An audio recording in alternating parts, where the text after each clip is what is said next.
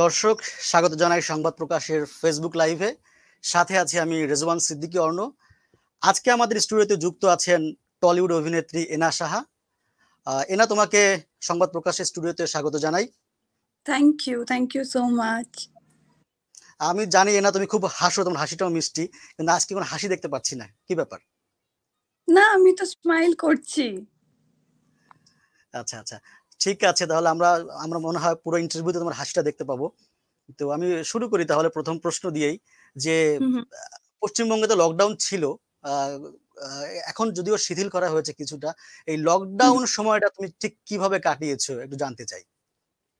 সত্যি কথা বলতে গেলে লকডাউন বলো বা সবসময় বলো, আমি খুব ফ্যামিলি ওরিয়েন্টেড একটা মানুষ। তো আমি খুব বেশি ফ্যামিলির সাথে টাইম স্পেন্ড করি নিজের কাজ ছাড়া। কাজের যেটুকু সময় কাজ করি, আর বাদ বাকি সময়টা সবসময় ফ্রি টাইম মানেই আমি আমার ফ্যামিলি, আমার ভাই বোনেদের সাথে, আমার বাবা মার সাথে, আমার দিদার সাথে, মাসি, মেসো, সবাই মোটামুটি সবাই আমরা একসাথেই থাকি।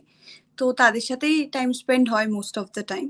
তো আমি বাড়িতেই আছি এখনো অবধি, আর বাড়িতেই থাকছি, বা লকডাউন পুরোটাই কাটিয়েছি বাড়িতে। চেষ্টা করেছি বাড়িতে সবার সাথে হেসে খেলে, একটু সিনেমা দেখে, একটু ভালো গান শুনে, একটু মাঝে মাঝে বই পড়া, এগুলো সব মিলিয়ে মিশিয়ে আর কি ছিলাম। তাছাড়া প্রচুর কাজ ছিল টুকটাক। তাছাড়া আমি নিজেও অনেক এনজিওস এর সাথে কাজ করছিলাম। অনেকের যেহেতু অনেক লোকের অনেক প্রবলেমস এই সময়, তো এমন একটা সময় আমরা দাঁড়িয়ে আছি যেখানে সবাইকে সবার পাশে থাকতে হবে। তো আমিও চেষ্টা করেছি আমার মতো করে যতটা লোকের পাশে থাকা যায়।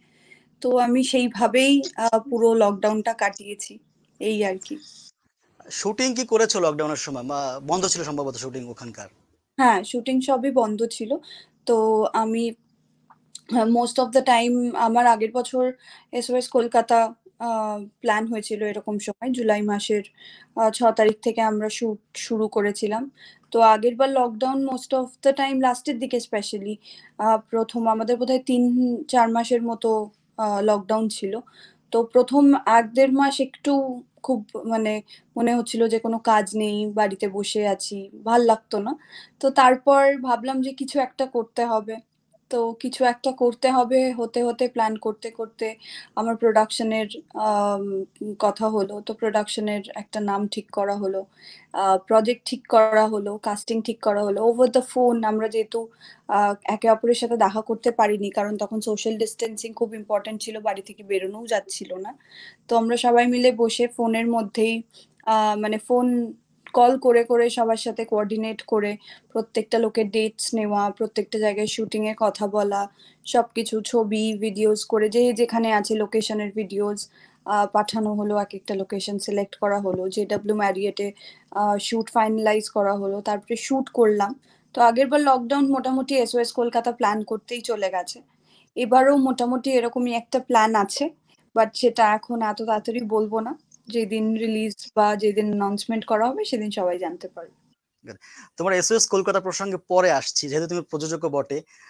এর আগে একটু তোমার একটু ক্যারিয়ার নিয়ে একটু কথা বলতে চাই। তুমি তো টেলিভিশন দিয়ে শুরু করেছিলে ইন্ডাস্ট্রিতে পথ চলা, তারপর সিনেমায় আসলে। এই যে টেলিভিশন থেকে সিনেমায় যাত্রা, এই যে জার্নিটা একটু যদি সংক্ষেপে বলা যায় আমাদেরকে। প্রথমত আমি যখন টেলিভিশন শুরু করি তখন আমার 7 বছর বয়স, 7 years old। এবং আমি অ্যাজ এ চাইল্ড অ্যাক্টর ইন্ডাস্ট্রিতে পা দিয়েছিলাম। সত্যি কথা বলতে গেলে প্রথম দিন বা প্রথম দিকের কথা সেরকম ভাবে তো মনে নেই। মা থাকতো সবসময়, মা নিয়ে যেত। তারপরে টেলিভিশন করতে করতে আস্তে আস্তে তখন আমি ক্লাস 10-এর এক্সাম দেবো। আমাকে বোঝে না সে বোঝে না বলে একটা সিনেমার এডিট টেবিল থেকে চিরদিনই তুমি যে আমার 2 এর জন্য সিলেক্ট করা হয়েছিল। তো সেই সিনেমাটা শুরু করি। তারপরে সেটা যখন রিলিজ করে তখন সবাই আমাকে খুব পছন্দ করে। সবাই আমাকে অনেক মানে ফোন কলস, অনেক বেশি ফ্যানস, অনেক বেশি অ্যাডমায়ারার্স, অনেক বেশি মানে টেলিভিশনে যা ছিল তার থেকে অনেক বেশি হতে শুরু করে, এবং আমারও খুব ভাল লাগে। আস্তে আস্তে তারপরে 8 বছরের মতো আমি টেলিভিশনের পরে সিনেমা করছি আর কি। মানে টেলিভিশন অলমোস্ট আমি 8-9 বছর টেলিভিশন করার পর তারপর আমি সিনেমা শুরু করি। সিনেমা বিষয়টাতে গিয়ে তুমি তো পশ্চিমবঙ্গ মানে টলিউড ছেড়ে তুমি তো দক্ষিণের সিনেমাতেও কাজ করেছো, সেটা যদি হুম। জানতে চাই তোমার কাছ থেকে। আমি যখন প্রথম সিনেমাটা করছি, চিরদিনই তুমি যে আমার 2, শুটিং এর মাঝখানে বা ওয়ার্কশপের মাঝখানে একটা ফোন কল আসে মালায়ালাম একটা সিনেমা থেকে। তো আমি ১ম আমার সাউথ ইন্ডিয়ান ফিল্মেও কাজ করি। চিরদিনের মাঝখানেই ১ সপ্তাহর জন্য ফার্স্ট এ যাই, গিয়ে শুট করি। তারপর চিরদিনই শেষ হওয়ার পরে আরো ৭ দিনের মতো ওদের দরকার ছিল আমাকে। তো আমি দুলকার সালমান, সানি ওয়েন, সমীর তাহির, আ গিরিশ গঙ্গাধরন, রেক্স বলে যে আমাদের মিউজিক ডিরেক্টর ছিল, তাদের সকলের সাথে আলাপ হয়। ওদের হুম। সাথে কাজ করি। খুব ভাল লাগে কাজ করতে ওদের সাথে। কারণ ওরা খুব অর্গানাইজড, খুব সুন্দর করে কাজ করে। আ প্রত্যেকটা আর্টিস্টকে বা প্রত্যেকটা অ্যাক্টরকে বা এবং টেকনিশিয়ানদের সবাইকে প্রচন্ড প্যাম্পার করে। তো সেটে যাই, ওরকম লোকেশন একটা খুব সুন্দর লোকেশন ছিল। সেই লোকেশনটায় শুট করতে শুরু করি। তারপরে শুট করে ফেরত আসার পরে খুব মন খারাপ হয়। তো তারপর থেকে আমার আস্তে, আস্তে সাউথে আরেকটা মালায়ালাম ফিল্ম, তারপরে ২ টো তেলেগু ফিল্ম, একটা তামিল ফিল্ম এইভাবে অফার্স আসে। তো আমি এখনো অব্দি ওখানে ৫ টা সিনেমা করেছি। সব মিলিয়ে ২ টো মালায়ালাম, ২ টো তেলেগু, একটা তামিল ফিল্ম আরকি। এবং খুব ভালো এক্সপেরিয়েন্স থেকেছে। কারণ ওরা, যদিও আমরা একে অপরের ভাষা সেইভাবে বুঝি না। আর আমি এখনো অব্দি অত ভালোভাবে ওদের ভাষাটা শিখে উঠতে পারিনি। অল্প, অল্প সবকটা ভাষারই খুবই অল্প বুঝি। তো কিন্তু আমার কখনো কাজ করতে গিয়ে মনে হয়নি যে আমি অন্য একটা জায়গায় কাজ করছি। সবসময় মনে হয়েছে ইটস লাইক হোম। মানে ওরা এই জিনিসটা খুব সুন্দর করে আমাদেরকে, আমি এবং আমার মা এবং আমার টিম যখন যায় ওখানে, তো সবাই মিলে খুব প্যাম্পার করে খুব ভালোবেসে কাজ করায়। তো এটা খুব সুন্দর ওদের ওখানে। তুমি তো সম্ভবত হিন্দিতেও একটা সিনেমাতে কাজ করেছো, যদি ফেস্টিভ্যাল কেন্দ্রিক। হ্যাঁ, হ্যাঁ। 'চৌরাঙ্গা' বলে একটা সিনেমা। আম এটা রঞ্জন মিশ্রার ডিরেকশন এ। অনির হচ্ছে প্রোডিউসার এবং এটা হচ্ছে ন্যাশনাল আম ড্রামা, মানে দিল্লির যেটা আমরা জানি। হ্যাঁ, তো সেখান থেকে ওরা পুরো জিনিসটা এক্সিকিউট করেছে। ওদের মেইন প্রোডাকশন টা ওদেরই। এবং তাছাড়া ওখানে সঞ্জয় সুরি আছে, ধৃতিমান স্যার আছে। আম তারপরে তানিশা, মানে টান টান তানিশা আছে। তার আয়ুষ্মা, কি যেন? অংশুমান ঝা, আ অংশুমান দা আছে। অনেকে আছে। তো খুবই ভালো। দে আর ভেরি নাইস অ্যান্ড খুব কি বলবো? মানে খুব, খুব ভালো করে কাজ, মানে মজা করে কাজ হয়েছিল। ওরা বেঙ্গলে এসছিল কাজ করতে। তো আমি জানতাম না। আমি শুটিং এর ঠিক আগের দিন আমার কাছে কল আসে। বলে যে, "কালকে এরকম ভোরবেলায় বেরিয়ে যেতে হবে। গিয়ে তোমাকে শুটিং শুরু করতে হবে।" আমি বললাম, "আমি তো প্রিপেয়ার্ড নই।" তো তখন ওরা বলল, "কোনো চাপ নেই, তুমি চলে এসো। সবকিছু হয়ে যাবে।" তো তারপরে যখন গেলাম, আমার সঞ্জয় সুরির সাথে দেখা হলো। He was one of the producer too. তো উনিও আরেকজন, মানে আরেকটা প্রোডিউসার ছিল ৩ টে প্রোডিউসারের মধ্যে। তো আমাকে বলল যে, "তুমি সিনেমার হিরোইন, তুমি কি জানো?" আমি বললাম, "না, আমি তো জানি না, আমি তো স্ক্রিপ্টও পড়িনি।" তো বলল, "কোনো চাপ নেই, তোমাকে শিখিয়ে পড়িয়ে নেওয়া হবে, কোনো অসুবিধা হবে না।" এবং সেদিন থেকে শুট করলাম। টানা আমরা ১৫-২০ দিন ওখানে শুট করেছি। সবাই খুব মজা করে। অর্পিতা দি আমার মা প্লে করেছে, অর্পিতা চ্যাটার্জি। এবং মানে খুব, খুব মজা হয়েছিল সবাই মিলে। ঋদ্ধি সেন আছে, সোহম আছে। তো এবং গল্পটাও খুব ইন্টারেস্টিং। তো আমার ওটা ফার্স্ট হিন্দি প্রজেক্ট ছিল এবং আমাকে ওই প্রজেক্টটার জন্য আলাদা করে আ ঝাড়খণ্ডী যে ভাষাটা ব্যবহার করা হয়, সেই ভাষাটা শিখতে হয়েছিল। যদিও খুবই অল্প ডায়ালগ ছিল, কারণ আমার চরিত্রটাই ছিল প্রচন্ড চুপচাপ একটা মেয়ে, বাবাকে প্রচন্ড ভয় পায়। তো খুব, খুব আ মানে মজা হয়েছে পুরো প্রসেসটায়। রিদ্ধি এবং সোহম সবাই মিলে আরকি। আমাদের অনেকেই বাঙালি অ্যাক্টরসরাও ছিল ওখানে। তো সবাইকে শিখিয়ে পড়িয়ে, যেহেতু বাচ্চাদের, মোস্টলি বাচ্চারা ছিল। ৩ জন আমরা ছোট ছিলাম, রিদ্ধি, আমি, সোহম। তো আমাদেরকে সবসময় প্রচন্ড কেয়ারে রাখা হতো যাতে আমরা বেশি দুষ্টুমি না করি। কাজটা মন দিয়ে করে নিই। কাজটা যেন সবসময় শিখে রাখি। তো সেগুলো নিয়ে আরকি। এটা অনেকদিন আগের কথা। সেটাই। তুমি সিনেমার বাইরেও তো ওয়েব প্ল্যাটফর্মে কাজ করেছো। বন্যপ্রেমীর গল্প সহ বেশ কয়েকটা কাজ করেছো সেহেতু। আ হ্যাঁ, সে আমি একটাই কাজ করেছি, শুধু বন্যপ্রেমের গল্প। হ্যাঁ, আচ্ছা। তো আবার সামনে তো কাজ করার ইচ্ছাও তো সম্ভবত আছে। আ হু, হু। তো সেই ক্ষেত্রে ওটিটি প্ল্যাটফর্ম কি সিনেমার বিকল্প হিসাবে গণ্য করা হবে কিনা বা সিনেমার জায়গাটা দখল করে নেবে কিনা কি মনে করো? দেখো, একটা সিনেমা হলে গিয়ে সিনেমা দেখার অনুভূতিটাই আলাদা। সেটা তুমিও জানো, আমিও জানি। তো আমার সবসময় মনে হয় যে আ সিনেমা হলের নিশ্চয়ই কোনো কি বলবো? উম আম কি বলা উচিত? মানে সিনেমা হলের ইকুয়ালিটি তে তো অফ কোর্স কিছু আসবে না। বাট অফ মানে এটাও সত্যি যে যত ওটিটি প্ল্যাটফর্মস আছে, যতগুলো আছে, সে সেগুলোর জন্য আমাদের কাছে প্রত্যেকটা সিনেমা অনেক বেশি আ কি বলবো? ভিজিবল হয়। অনেক বেশি আমরা জানতে পারি যে এই সিনেমাটা রিলিজ করেছে, এই সিনেমাটা দেখব। এবং অনেক মানে যখনই ফ্রি সময় হয়, এরকম নয় যে অন্য কারোর সময় মতো আমাকে যেতে হচ্ছে। আমি নিজের সময় মতো বসে প্রত্যেকটা সিনেমা দেখতে পাচ্ছি। তো একদিকে সুবিধেও আছে এগুলোর, অসুবিধেও আছে। সবকিছুরই একটা নেগেটিভ, একটা পজিটিভ দিক থাকে। তো সিনেমা হল বা থিয়েটারের ক্ষেত্রেও সেটা আছে। এখন প্যান্ডেমিক এর সময় আমার মনে হয় ওটিটি প্ল্যাটফর্ম অনেক হেল্প করছে সবাইকে, যে সবাই বাড়িতে বসে, কারণ এই সময় বাড়িতে বসে আমার মনে হয় সকলের প্রচুর ডিপ্রেশন হচ্ছে, প্রচুর মন খারাপ হচ্ছে, একদম, একদম। আম হ্যাঁ, কষ্ট হচ্ছে। তো সেগুলো আমার মনে হয় অনেকটাই ওটিটি প্ল্যাটফর্ম বা এই সোশ্যাল মিডিয়া বা এই যে আমরা আজকে আমার তোমার সাথে দেখা হচ্ছে, তো এইগুলো অনেক হেল্প করছে। তো ইন্টারনেটের জন্য আমরা প্রত্যেকটা লোককে ভিডিও কল করতে পারছি, নিজেদের লোকেদের। যদি দূরে থাকি তাও কেমন আছে জানতে পাচ্ছি, দেখতে পাচ্ছি। তো আমার মনে হয় অফকোর্স একটা ভালো দিক তো আছেই। আবার আম প্যান্ডেমিকটা শেষ হয়ে গেলে যখন সবকিছু ঠিক হয়ে যাবে, তখন আমার মনে হয় আমি আমি এট লিস্ট এটা কন্টিনিউ করব না। কারণ আমি পছন্দ করি আমার নিজের লোকেদের একটু সামনাসামনি দেখা, একটু সামনে বসে আড্ডা মারা, একটু দেখা হলে সবাই মিলে একসাথে খেলাম, একটু গল্প করলাম, একটু একসাথে সিনেমা দেখলাম। এগুলো আমার বেশি ভাল লাগে। তো সবটারই একটা ভালো দিক, একটা খারাপ দিক আছে আমার মনে অবশ্যই, হয়। অবশ্যই, অবশ্যই। আমি যদি ভুল না করি তোমার বয়স মাত্র ২৪। এই সময়টায় মানে এত অল্প সময়ে তুমি যে জনপ্রিয়তা অর্জন করেছো, এটা অবিশ্বাস্য। কিন্তু এর পেছনে আসলে কি কারণ দাঁড় করাবে তুমি? এই রে! প্রথমত ২৪ না।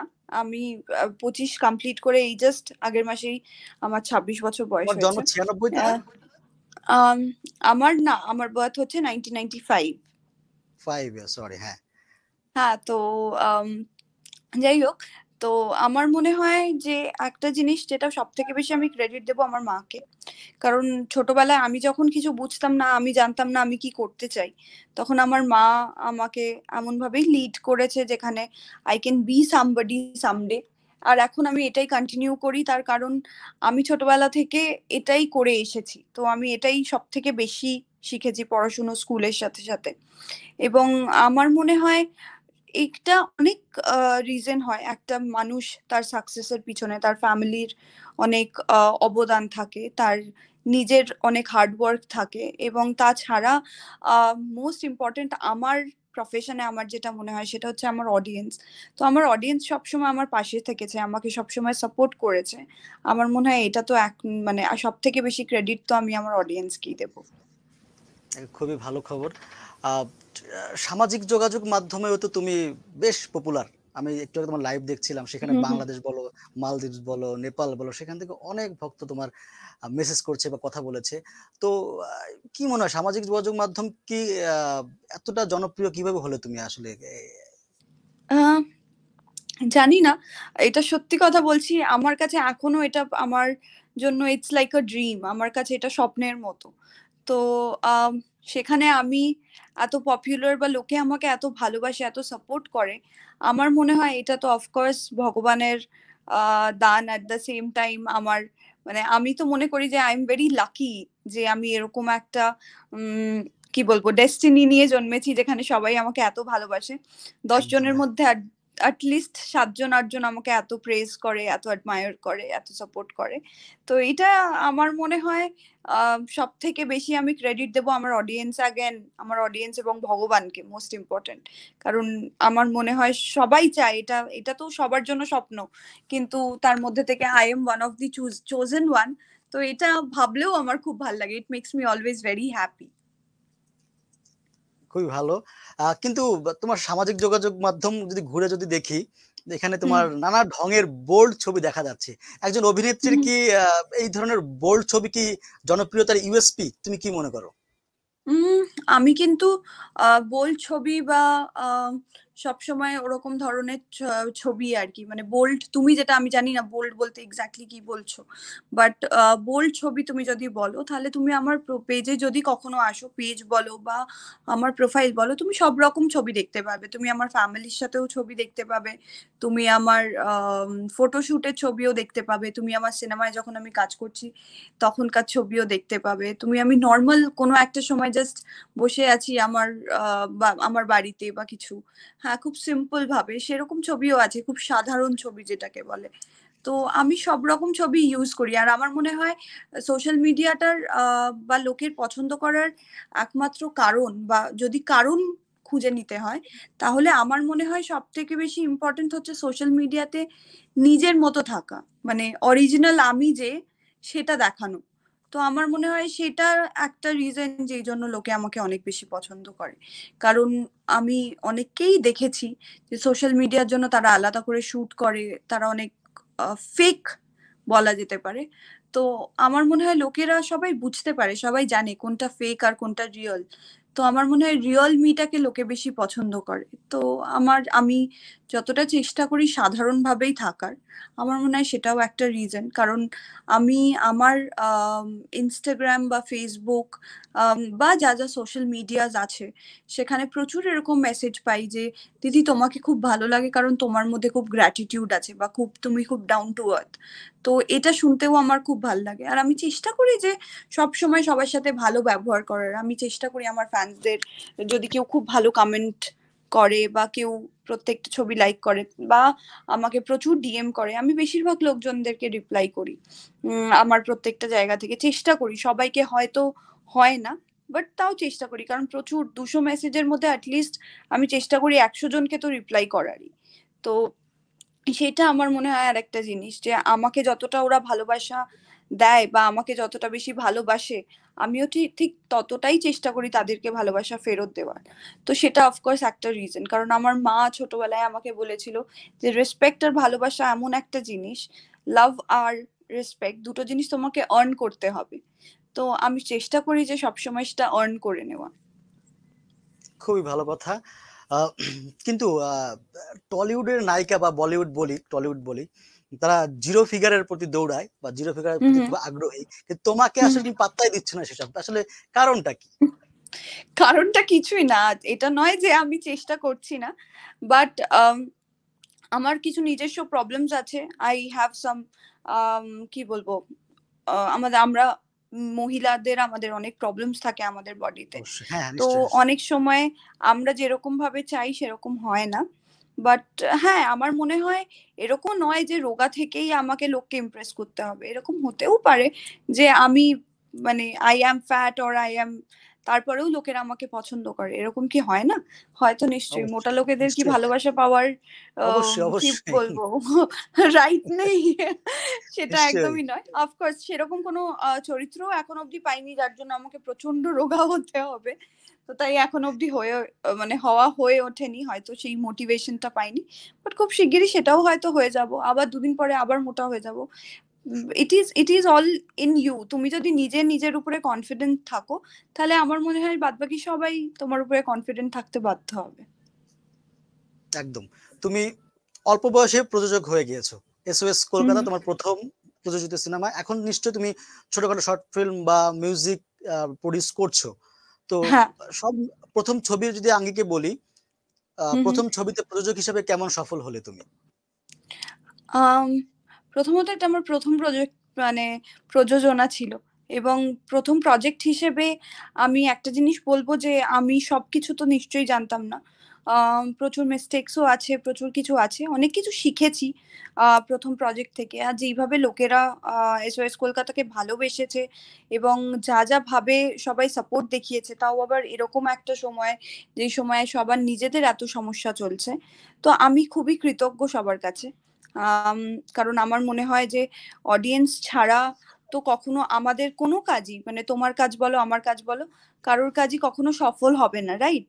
তো রাইট। সেখান থেকে দাঁড়িয়ে আম, আমাকে সেই আহ, কি বলবো, সেই সাপোর্টটা, সেই ভালোবাসাটা লোকেরা দেখিয়েছে, এবং সেটাও এমন একটা সময়, যেই সময় সবার এত অসুবিধে নিজেদের চলছে, তারা নিজেদের লোকদের হারাচ্ছে, নিজেদের ভালোবাসার লোকজনদের থেকে দূরে থাকছে, একে অপরের সাথে প্রত্যেকদিন দেখা করতে যেতে পারছে না, নিজের পছন্দের লোককে গিয়ে হগ করতে পারছে না।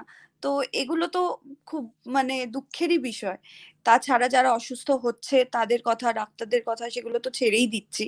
হ্যাঁ, তো সেখানে দাঁড়িয়ে এরকম একটা সময় সবাই আমার পাশে থেকেছে। তো আমি তো মনে করব যে আমার অডিয়েন্স বা আমাকে যারা ভালোবেসেছে, অফকোর্স তাছাড়া যারা অন্য স্টার্সরা ছিল, নুসরাত দিদি, ইয়াশ, মিমি দিদি, হ্যাঁ, তাদেরকেও এত ভালোবেসেছে।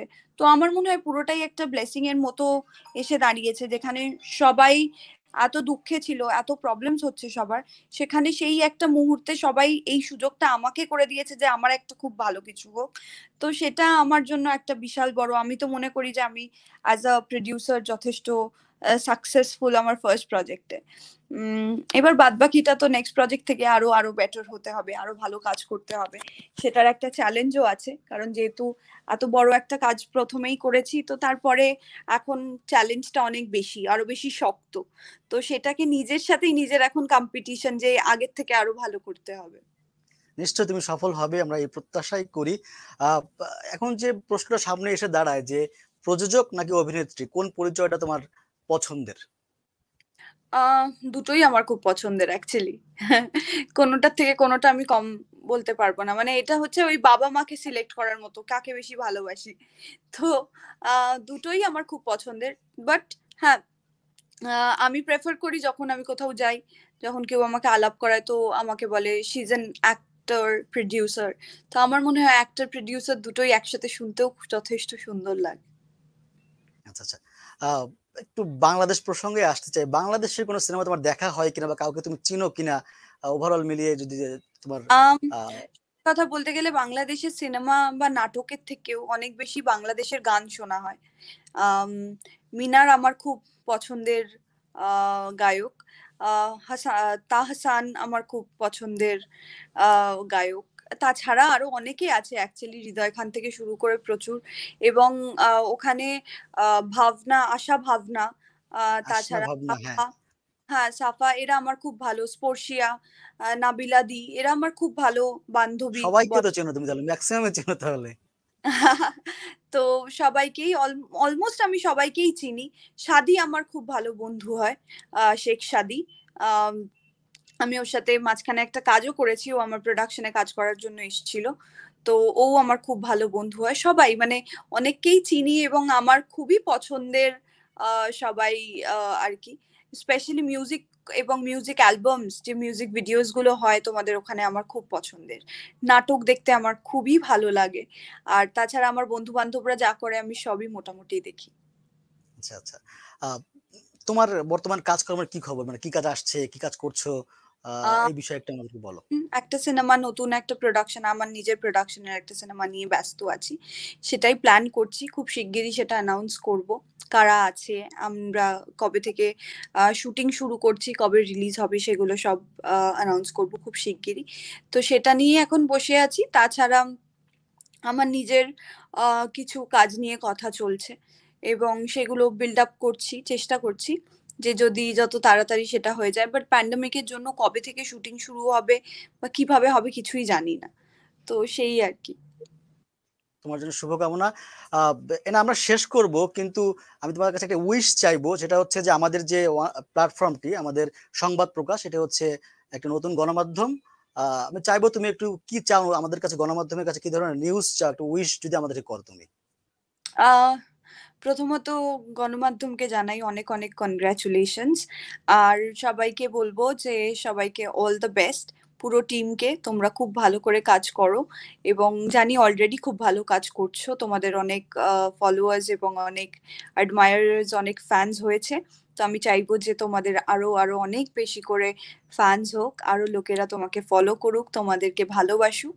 আর তোমরা এইভাবেই যেইভাবে নিউজ সবাইকে দিচ্ছ, সবার সাথে যেভাবে কানেক্টেড থাকছো, যেইভাবে সকলের কেয়ার রাখছো এবং সবার ঘরে ঘরে প্রত্যেকটা নিউজ, প্রত্যেকটা আম খবর পৌঁছে দিচ্ছ, সেইভাবে পৌঁছতে থাকো। আর আমার এক্সপেকটেশন এই থাকবে যে তোমরা আরো অনেক বড় হও আর আরো ভালো করে কাজ করো।